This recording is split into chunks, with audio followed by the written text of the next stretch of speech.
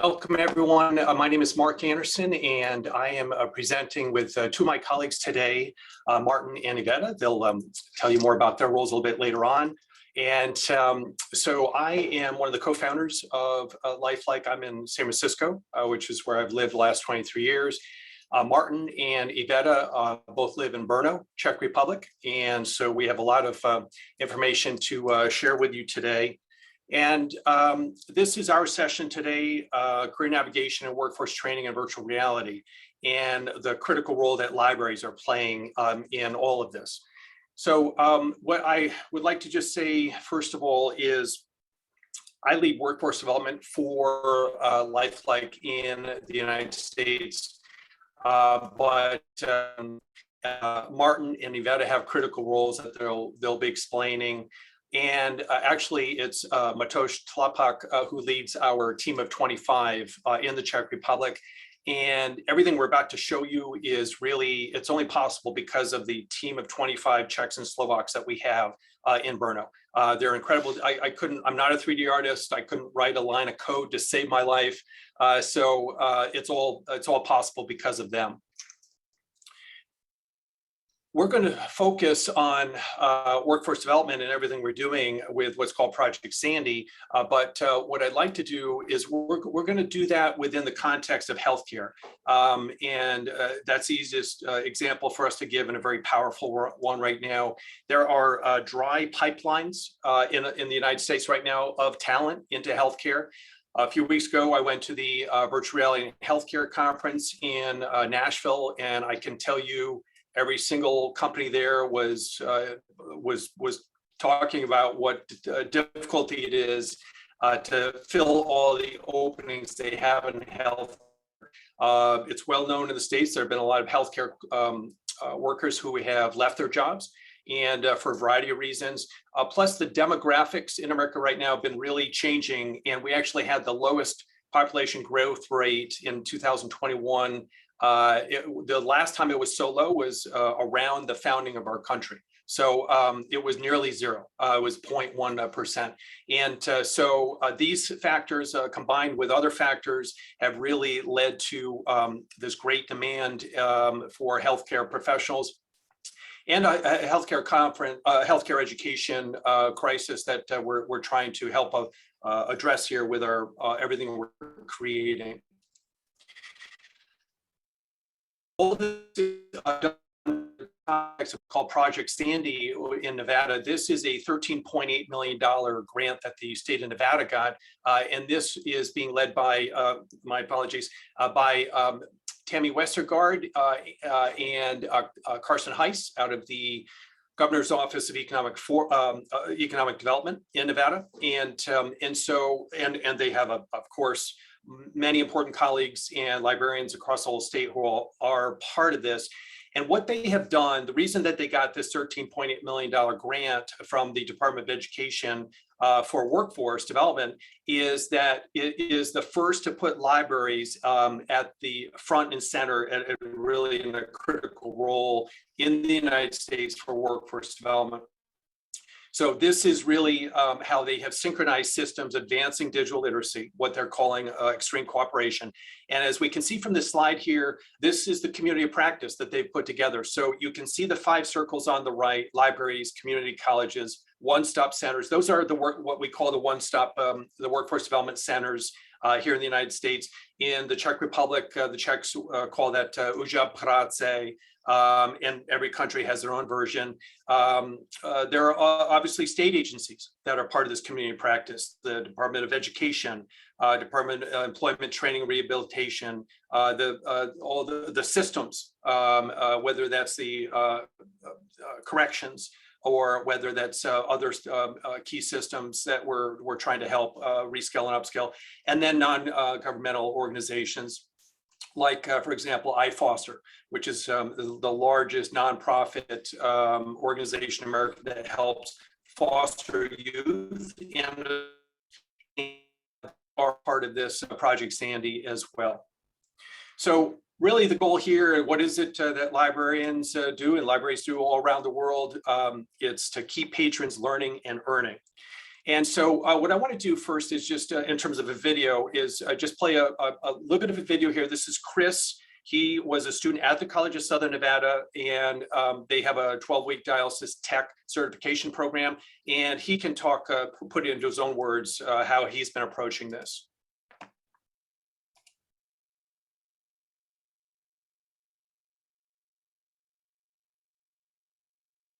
I love going to the library and being, especially if I can do something that helps what I'm studying or anything like that specifically in a way that'll make it easier to understand. Okay. About like, what is this career going to bring to your life? Like, how is it going to be? Well, it'll definitely give me a lot more stability, but as far as jobs go, it gives me a more meaningful job than any I've ever done before, where I'm helping people in good shape with their best life. Couple this with the public library's access to technology. For example, you can check out virtual reality goggles that can be borrowed and used at home, and you'll get access to a virtual field trip or a job shadow in virtual reality. You could try out a task. Plus, library spaces, information professionals, and more, all freely available and accessible after hours and on the weekends. Well, this makes the process of reskilling and upskilling equally realistic for everyone. So just to use Chris as an example here, I believe there were over about 75,000 jobs that were lost in the greater Vegas area during COVID on the entertainment side and hospitality side. And most of, a lot of those are never coming back. They are being, now Vegas has come back, and I was just there last week for a dialysis conference, and Vegas has come back strong, but a lot of these jobs are changing rapidly, and some of them are never coming back. And so that's why people like Chris and others, this is what Project Sandy is for, is to get them into STEM focused jobs, STEM-based science, technology, engineering, and math. And that's what we're focusing on here. In the last video, we heard about career navigation. We're doing that through field trip videos. And so really the focus here is enabling job seekers to see the connection between automation, occupations that they can get that are in STEM. So, you can take away a job, you cannot take away a career, and especially not a career in healthcare or advanced manufacturing or IT. And then the training and then how it impacts their community's economic health. More on that in a moment. But you see some of the things that we're focusing here in terms of our criteria that we're using for these field trip videos that we're creating. These, I want to highlight the third bullet there, certifications that can be obtained in weeks, not years. And also that these are certifications that anyone with a high school diploma can enter. You do not need not even one college credit to enter these programs. Oftentimes there's workforce development dollars to support these students, either entirely or partially, to get these certifications. The last bullet there, I just want to highlight that we align with the 17 Sustainable Development Goals, which come out of the World Economic Forum. And that's an important part of sustainability. And so the other thing I want to say about field trip videos is really to focus on how we're designing them. We're creating 6 different environments. And again, you can read these bullets yourself, but we have a mentor guiding them through it. We're creating them really a vivid lifelike gesturing. And we even have a lip sync technology that's proprietary to Lifeliqe that we want it to look as real as possible. And again, aligning with the 17 Sustainable Development Goals. So what we have here, I took this photo last Tuesday. I was at the College of Southern Nevada. This is Stephanie, and this just shows you really how actually the whiteboard behind her is how I've been teaching their class, and it's a great program. and it's a static whiteboard, obviously. And so what we did was we went ahead and took that, did that knowledge transfer, and that whiteboard you see behind her, it's called the extracorporeal circuit in a dialysis. It is now one of the 15 lessons we have on that virtual reality device in front of Stephanie, the Pico. And these are some images on the right that are inside the simulation. And so what we're focusing on is learning by doing, and doing that virtually on the left. This is the preceptor in a water treatment room, all digital. And then that is on the right. They're still doing, of course, in-person is really critical for a lot of things in healthcare, of course. And so we combine, CSN combines both. And then what is take inside really quickly our dialysis, the dialyzer. Bear with me while this loads.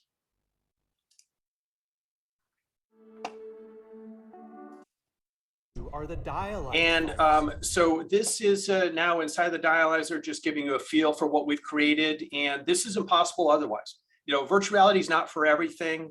Virtual reality is not the learning answer or modality for everything, for sure. In fact, there are better ways to learn, but virtual reality is the best in the world for certain things like learning abstract concepts and also for learning certain skills. So what we have now is, lastly, this is one of the students who has successfully gone through the program, Natasha. She's on the left there. She's a member of the Paiute Shoshone tribe. And that's Tammy Westergaard, the leader of this project, Sandy, in the middle there. And Natasha, that's her town in the bottom left. And she is a librarian assistant. And she went through it. She was 8 months pregnant when this photo was taken. And she said she thought she could help her community by becoming a dialysis tech. She successfully graduated. And as a result of that, gained a lot more confidence in as we speak in Western Nevada, Western Governor University's online program to get her bachelor's in health sciences. We're keeping this video in there for you just so that when you get these slides at the end, you can hear that in Natasha's word. And everything that I've just described here, everything is accessible through the library card and rolling out this year in the state of Nevada. I'm going to pass the mic now to my colleague, Martin. Thank you.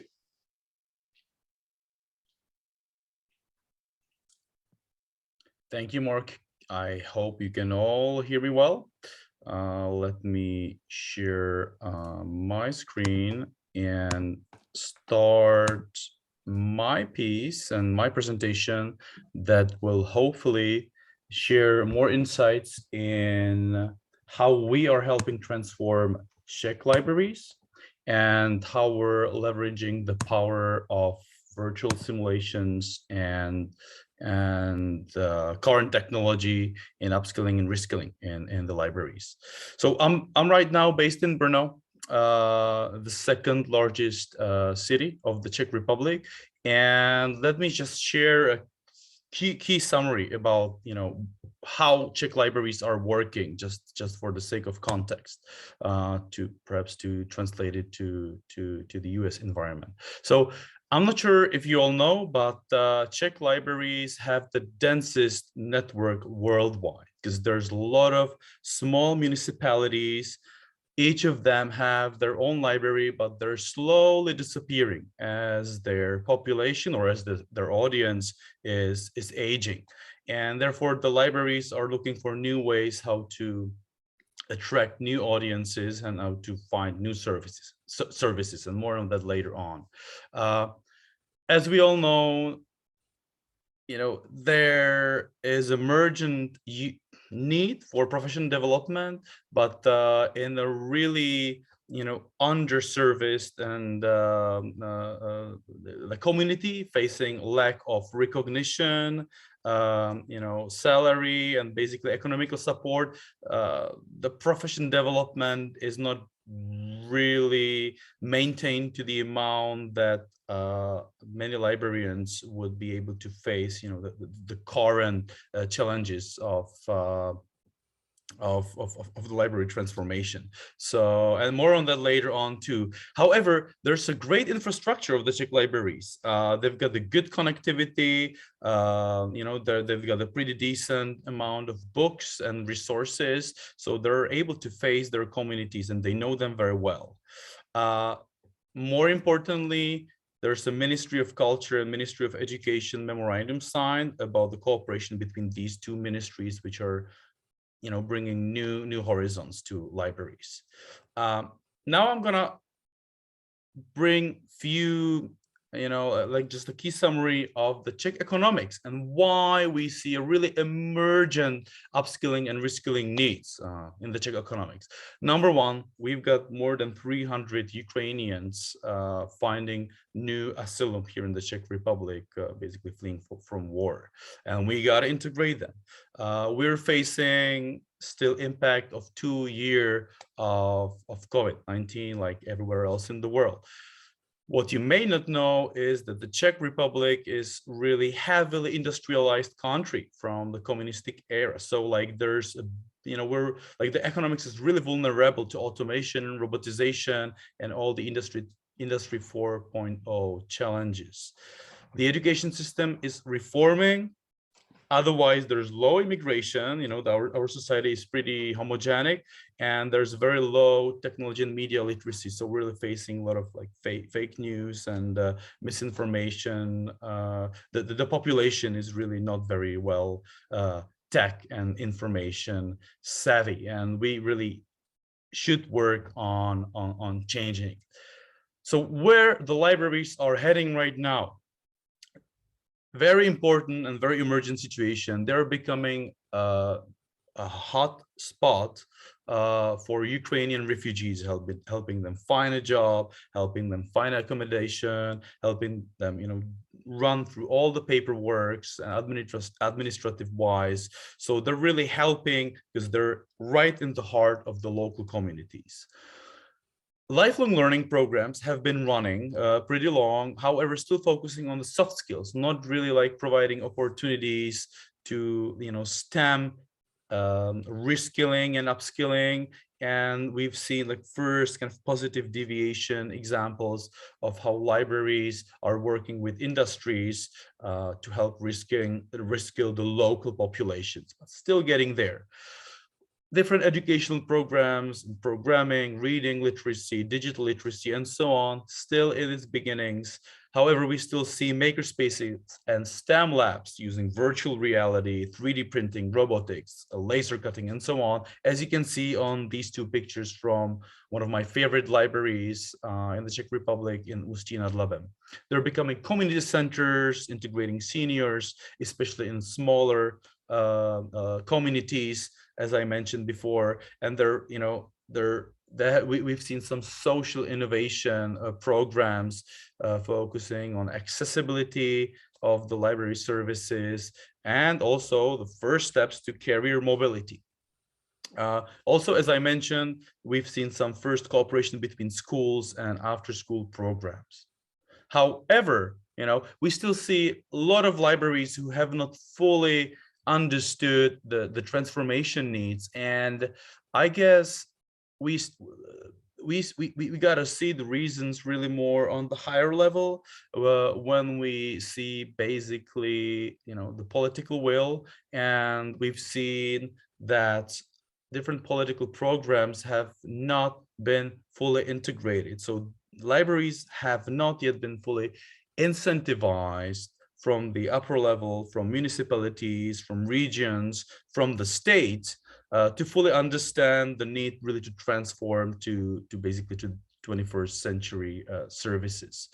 As I mentioned, the profession development have been lagging behind. So even though we see new libraries running upskilling and reskilling services, we also see the profession development still being developed, and that should be the other way around. So we're cooperating with the different institutions on librarian educator and librarian career navigator PD to help librarians adapt to this new situation.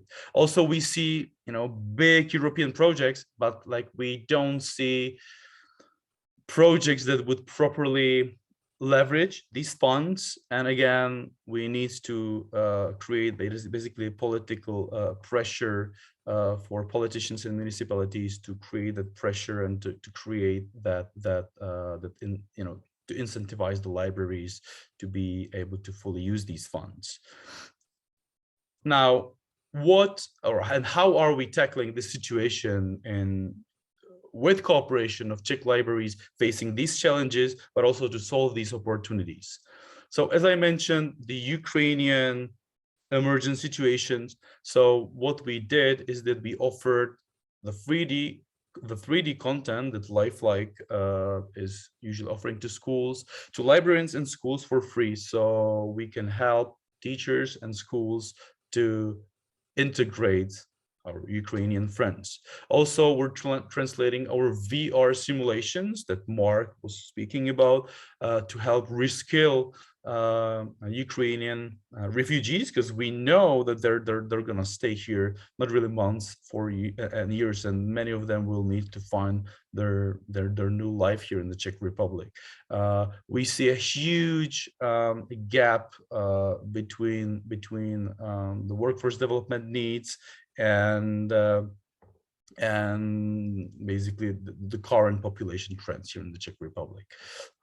We're working with the trade unions. Basically, this is a new project to help labor force and individuals and workers get ready for Industry 4.0, to explain what are the challenges, how their jobs are going to transform, and basically what they will look like. So we're trying to push their imagination a bit farther, again with help of libraries as the go-to hotspots where they would where the library patrons would basically use this content to understand Industry 4.0. As I mentioned, we're working on with different academic institutions on the profession development for librarians. Number one, help prepare them to become educators for lifelong learning, for requalifications, for reskilling, and also be the career navigators to help patrons find their new path. Also, we're running the first pilots of our training simulations that Mark was speaking about here in the Czech context to understand, how the Czech economic and social conditions are different from the ones in Nevada and the United States, and we'll be soon seeing the first results. And last but not least, we're helping libraries in their educational programs as libraries had started working with schools on different leisure time and after school programs. Basically, we've been already working with hundreds and thousands of schools across whole Europe. So we find this is our big responsibility to connect libraries with schools to help the new and current generation prepare for their future. Thanks a lot. I'll be excited to see if there are any questions. Feel free to write in the chat or basically raise your hands if there were any questions. And now I'm passing the mic to my colleague Iveta to share a few words about how the development process of this content is basically happening. Okay, thank you for the mic. I will just quickly in a few minutes mention just the basic issues we run into when we are creating the simulations. First of all, we were starting with bigger devices like HTC Vive, and really heavy in a way that they are expensive. They need their own computer and stuff like that. And we actually transitioned to mobile VR devices such as Pico, which Mark already showed you what it looks like. And it's one of those really easy to access devices, and also for the librarians to acquire and lend out to their patrons on for their home use, which is another very important point for us, to be able to give the students access to the virtual reality, not from the library, but also to allow them to study at home, have the Pico or any other VR device at home, and track their progress offline, even in the remote areas where they have really no internet or lack of internet connection. We were also running with difficulties with login in VR, which you can see on the two middle pictures, because adding text or inputting text in VR reality with control is quite difficult. We decided to make it more easier for the users by giving them the option to use a QR code, which instantly log them in and will prevent them to any manual input that would only drag on. We are also providing the students with 3D models for further study. We actually are working on a platform that all these 3D models will be accessible. There will also some onboarding and materials, and maybe also some stuff for further studying, text and tests. And we are also working on integration to like most common career navigation databases. So future students or people who are actually thinking only about transition to the new career, they can find our content easily and take inspiration from it and maybe actually change their career. When Mark was speaking about the field trip videos, they're actually 360-degree videos. So you are basically standing in one point and you can look around, but it's very easy way how to show some new VR environment with comparison, especially with the full VR simulations that we are creating, like the full certification programs that help the people actually go through full VR environments and interact with it. Which brings me to my other slide. We are able to provide the people experiencing our VR simulation to use stuff or to interact with the preceptors, which you can see in the middle. We can pass information or actual virtual stuff to them, so it kind of makes it more engaging for the student as well. We are very focused on languages. We are trying to not just support English, but also Spanish, which is also a very important language.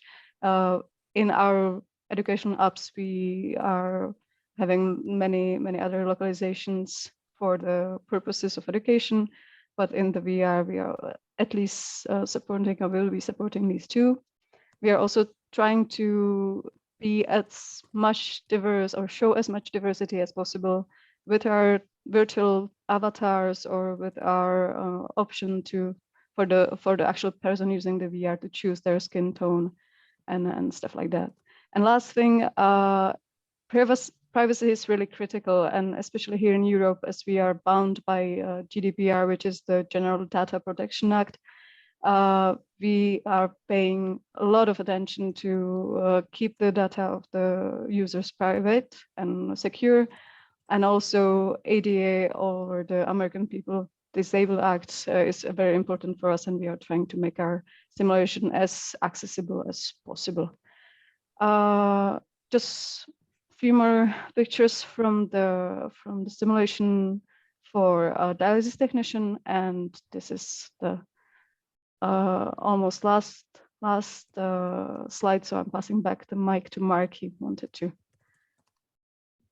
comment this one. Thank you very much, Iveta. And I just wanted to say quickly that this learning virtual reality, like one of the Nicole mentioned, she has vertigo. So did my father. Being in VR is definitely not for folks with vertigo. It's not for everyone. I've put over 3,000 people into virtual reality, and I think I've had about 4 or 5 who have gotten started to feel uncomfortable, upset stomach. So we have interactive 3D models online, and those are accessible for everyone as well. Okay. Do you want to comment on the book also? Oh, and the book. We can't present at a library conference and not recommend a book. And so if you haven't read Human Work, highly recommend it. It's a fantastic book by Jamie Marasotis, and will give you really a lay out the landscape of how all of this is changing. Thank you so much. So this is actually the contact for us to have any questions, because we're quite running out of time, but we are here if you want to hang out after the time is up. Thank you all. Thank you all.